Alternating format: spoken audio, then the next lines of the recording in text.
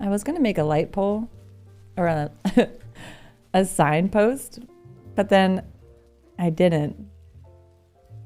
And that's my story.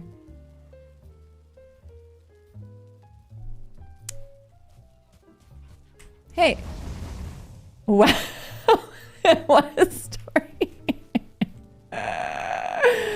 Story, bro.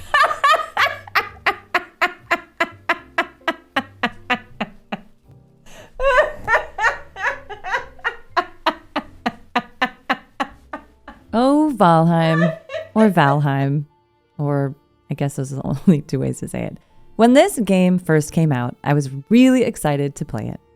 It kind of checked all the boxes for me. Open world survival, scaling difficulty as you progress, tons of potential for building, farming, sailing, even animal taming, and all as a Viking.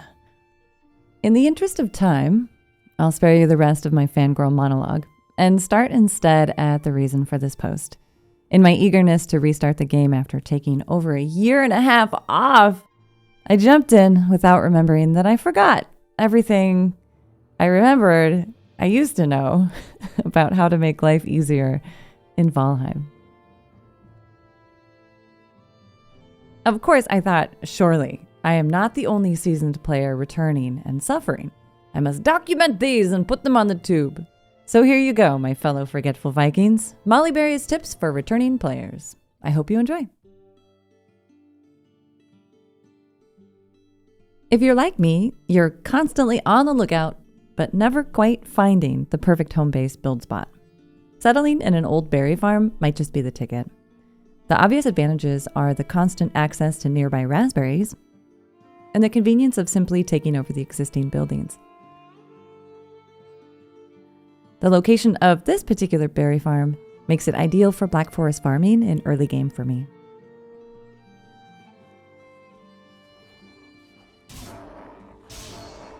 Parry is amazing, and it also becomes instinctive once you get the hang of it. It's a tiny bit tricky to learn.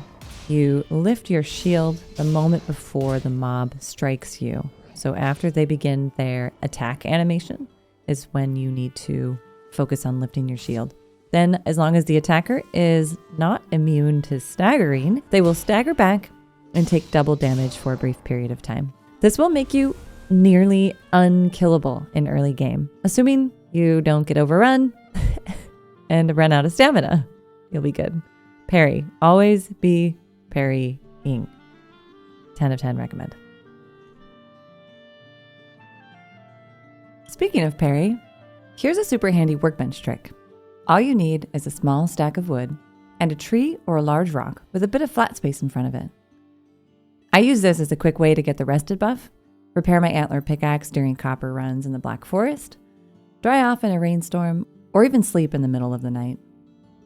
It also has the added benefit of preventing monster spawns within its radius, so it's handy to set up during a mining session. You'll get comfort 4 if you place a fire and a bed as well. Just make sure you place another couple of roof pieces down if it's raining.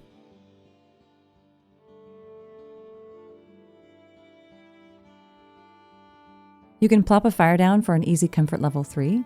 It helps light the dark crypt's entrance, guide you back from each corridor, and has the added bonus of catching skeletons on fire.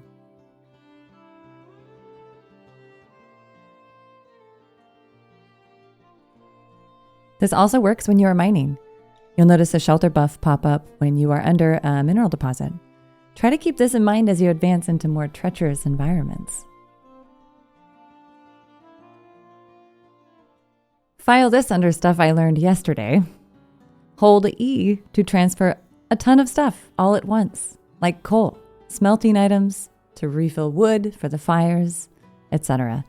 The mashing of the E button is not required. It's not required. I use a simple method for boar taming. Assuming you are in the Green Meadows biome, scout near your base until you find a pair of boars. Craft a simple fenced area with a small entrance and a short funnel. Then aggro the boars into the fenced area, quickly plopping down a fence to close off the funnel behind them. I then toss them a stack of food and quietly leave them to themselves while they tame. Red-capped mushrooms, raspberries, and blueberries are your best bet early game, Then I switch over to mainly carrots. It's important you aren't around to disturb them. Also important to ensure they are safe from enemies once they are tamed.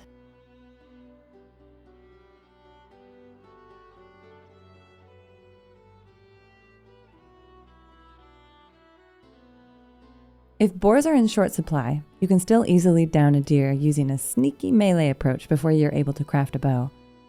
A good reminder here is to pay attention to the direction of the wind, since animals will react to your smelly booty if you're upwind from them.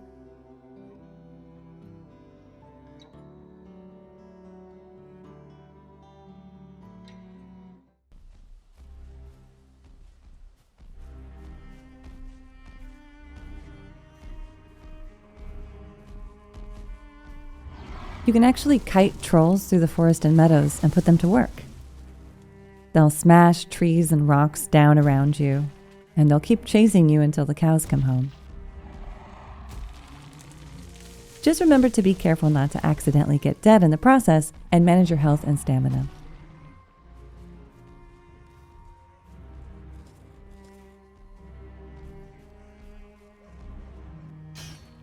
The final forgotten item to tickle your memory today is about copper. Don't forget to dig around and under copper nodes to uncover additional copper. The node will likely appear to be exhausted when you nick the bits away from the surface, but when you dig beneath it, you will find the node could go on for quite some time. The handy workbench trick from earlier in the video will be super helpful for the lengthy mining sessions ahead of you after you rediscover this trick. That's a wrap for now, but I'll be back with more Valheim content, so be sure to drop a subscription. Follow along for more mostly vanilla Valheim tips, let's plays, and guides. I am super stoked to be playing again and can't wait to share this game with you guys. See you next time. Look at how heckin' cute it is.